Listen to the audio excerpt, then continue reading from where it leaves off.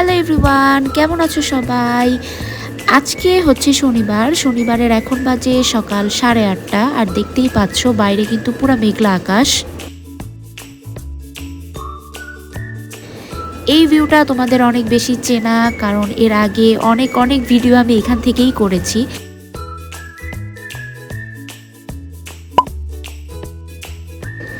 তো আজকে আমাদের বাসায় গেস্ট আসবে, আর গেস্ট আসা মানেই মজার মজার খাবার রান্না করা এবং ঘর গোছানো, এই সব কিছুই আজকে তোমাদের সাথে আমি শেয়ার করব।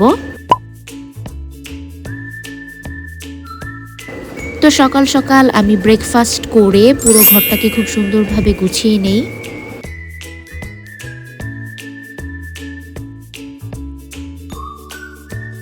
এসব শেষ করতে করতে আমার 11টা বাজে। তো এরপর আমি চলে যাই রান্নাঘরে দেখতে যে আম্মু আজকে মিল প্রিপারেশনে কি কি রাখছেন।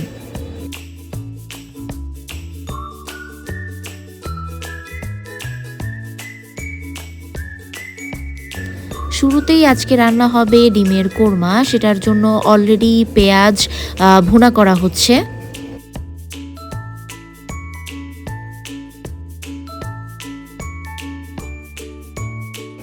এর মধ্যে দিয়ে দেওয়া হবে আদা রসুন জিরা বাটা পরিমাণ মতো।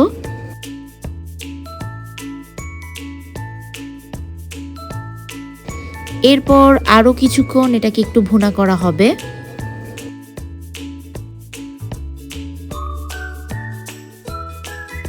তো তেলটা একটু কম হয়েছিল, এর জন্য পরবর্তীতে আরও তেল দিয়ে নেওয়া হলো।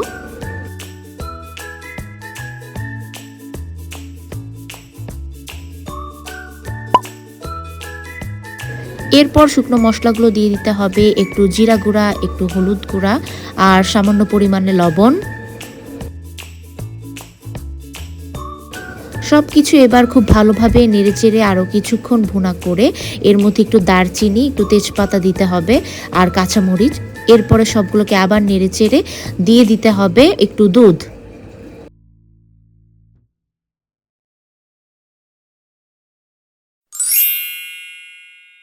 সব কিছু ভালো মতো জাল হয়ে গেলে দিয়ে দিতে হবে আগে থেকে ভেজে রাখা ডিম।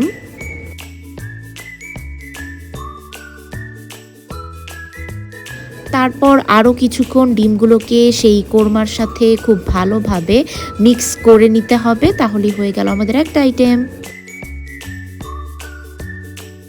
তো একটু পর আমার একজন আন্টি আমাদের বাসায় আসেন, আর ওইদিকে আম্মু আমাকে বলে যে তুমি একটু দুধ খেয়ে নাও।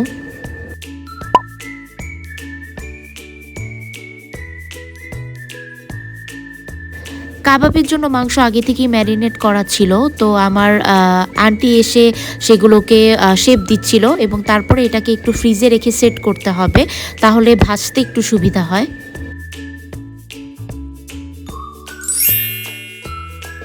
আমাদের কাবাব অল ডান, এখন এটাকে একটু ফ্রিজে রাখা হবে। প্রায় 25 থেকে 30 মিনিট এটা ফ্রিজে ছিল। এরপর আমরা চলে আসি রান্নাঘরে কাবাবগুলোকে ভাজতে। তো আম্মু একটা ফ্রাই প্যানের মধ্যে বেশ ভালো পরিমাণে তেল দিয়ে নিয়েছিলেন, আর কাবাবের কোটিংয়ের জন্য আগে থেকেই মুড়ি গুঁড়া করে নেওয়া হয়েছিল।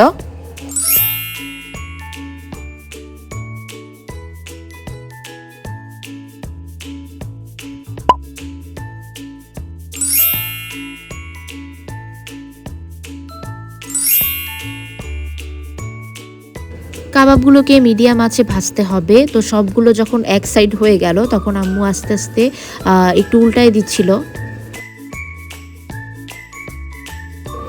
কালারগুলো কিন্তু খুবই সুন্দর আসছে, হালকা ব্রাউন কালার।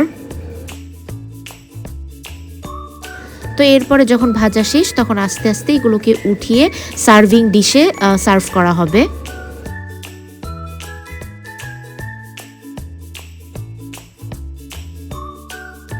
কাবাব ভাজার সময় পুরা বাসায় কিন্তু খুব সুন্দর একটা ঘ্রাণ আসতেছিল।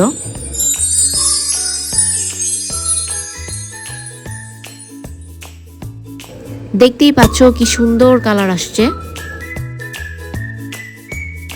তো এর কিছুক্ষণ পর আমি রান্নাঘরে এসে দেখি বিফ কষানো অলমোস্ট ডান,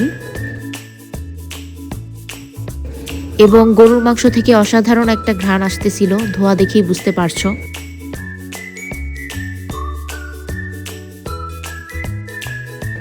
এরপর বিশাল একটা পাত্রে রান্না করা হবে পোলাও। পোলাওয়ের জন্য প্রথমে একটা বড় পাত্রে তেল নিয়ে তাতে পেঁয়াজ, তারপরে আদা, রসুন, দেন তেজপাতা, লং, দারচিনি সব কিছুকে খুব ভালোভাবে ভেজে নিতে হবে।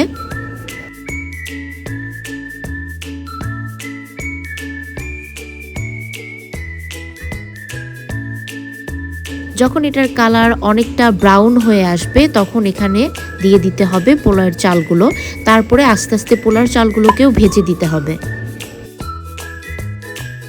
এরপর এটার মধ্যে গরম পানি দিয়ে নর্মালভাবে রান্না করলেই হয়ে যাবে পোলাও। এরপর আমি আর আমার আন্টি চলে আসি শোকেসের কাছে। কোন ডিশটা আসলে নামানো হবে, কোন চামচ নামানো হবে, এগুলো নিয়ে আমাদের ডিসকাশন চলছিল। তো সব কিছু নামানোর পর আবার চলে যাই রান্নাঘরে। ওখানে গিয়ে দেখি যে কই মাছ ভাজা হবে। কই মাছগুলোকে প্রায় 2 ঘন্টা আগে ম্যারিনেট করে রাখা হয়েছিল।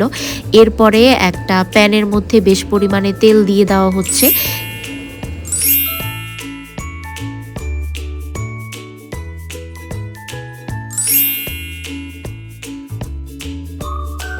তো এরপর আমার একটা কাজিন অর্ণব আমাদের বাসায় চলে আসে। ও আবার গিটার বাজায়, মানে ওর গিটার বাজানো একটা প্যাশন। তো আমি ওকে বলেছিলাম যে তুই গিটারটা নিয়ে আসবি, আমরা একটু ছাদে যাব। এদিকে রোস্টও রান্না করা হয়ে গিয়েছে, মোটামুটি সব কিছুই ডান। এখন সার্ভ করা হবে টেবিলে।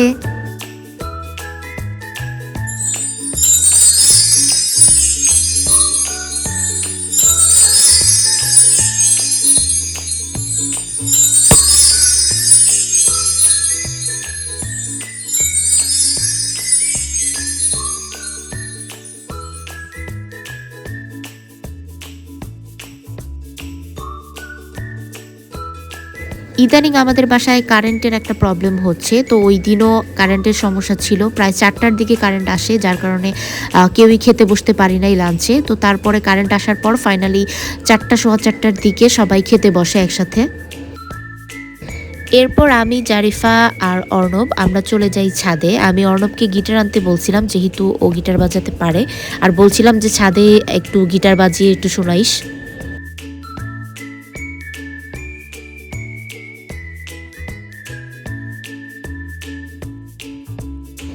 আমাদের ছাদটা বিশাল বড় এবং ভালোই সুন্দর। তো এখানে প্রায়ই আমরা আসি, যদিও সবসময় সময় হয় না।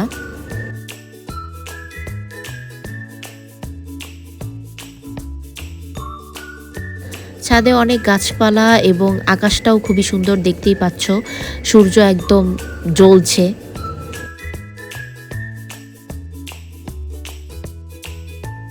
সকালে যদিও পুরো আকাশ ক্লাউডি ছিল, এখন কিন্তু একদম ঝলমলে রোদ।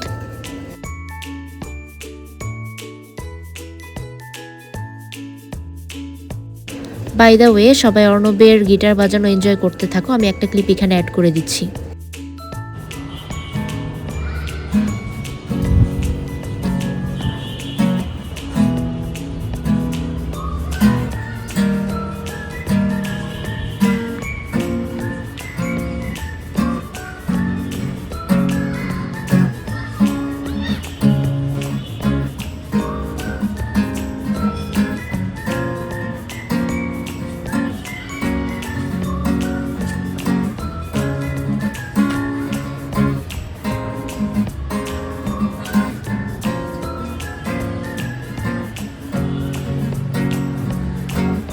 তো এরপর সন্ধ্যাবেলায় আলমাসের সৌরভ ভাইও চলে আসে। আলমাসের আজকে অফিস ছিল, যার কারণে ও লাঞ্চে আসতে পারে নাই।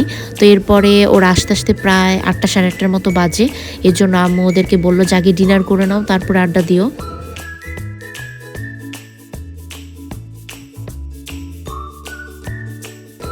ওদিকে আমাদের বাসার আরেকটা ছোট্ট বাবু আয়রা, ও হচ্ছে আশেপাশে কথা বলছিল। আমি ওকে একটু বকা দেওয়ার কারণে সে আবার একটু মুড নিয়ে বসেছিল, পরে আবার আমার সরি বলা লাগছে।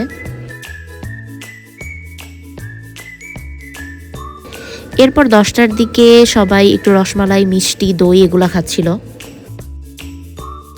এর মাঝে আমিও ডিনারটা করে নেই। এরপরে সব কিছুর পর প্রায় 10:30 কি 35-এর দিকে আমরা বের হয়ে যাই। তো এই ছিল আজকের ব্লগ। আশা করি তোমাদের ভালো লেগেছে। ভালো লাগলে সাবস্ক্রাইব, লাইক, কমেন্ট, শেয়ার করতে ভুলবে না। দেখা হবে অন্য কোনো ব্লগে। সে পর্যন্ত সবাই ভালো থাকবে, সুস্থ থাকবে। টাটা।